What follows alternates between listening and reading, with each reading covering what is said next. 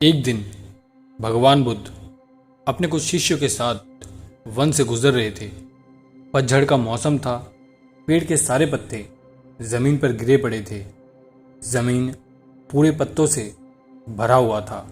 उन पत्तों को देखकर बुद्ध अपने शिष्य से बोले, ये वन कितना सुंदर लग रहा है।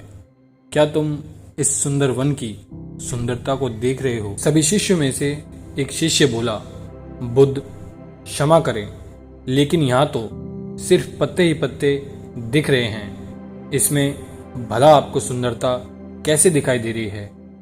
बुद्ध शिष्य से कहते हैं, वत्स, सुंदरता का संबंध बाहर से नहीं अंदर से होता है।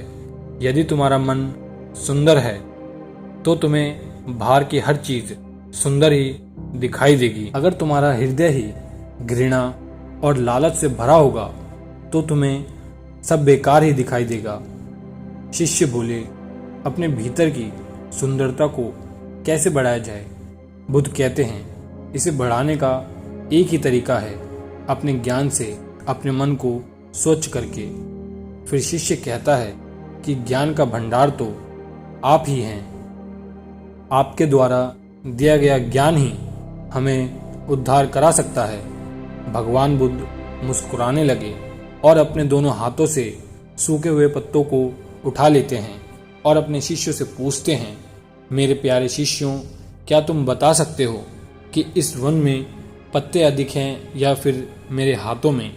बुद्ध की बातों को सुनकर शिष्य हंसने लगते हैं, क्योंकि बुद्ध का प्रश्न ही ऐसा था। सभी शिष्यों में से एक शिष्य बोला, बुद्ध, ये कैसा प्रश्न है? इस वन की तुलना में आपके हाथों में पत्ते तो बहुत कम हैं।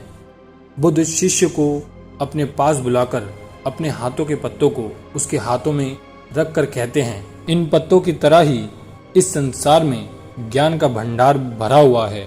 मैं तुम्हें उतना ही ज्ञान दे सकता हूँ जितना मेरे पास है। अगर तुम इससे अधिक चाहते हो तो तुम्हें खुद ही मेहनत करनी होगी।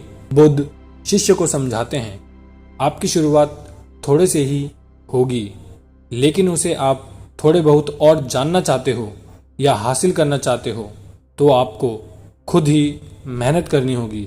आपके बारे में कोई दूसरा थोड़ी बता सकता है, लेकिन आप अपने आप को पूरी तरह जानना चाहते हो तो आपको खुद ही प्रयास करना होगा, खुद ही मेहनत करनी होगी।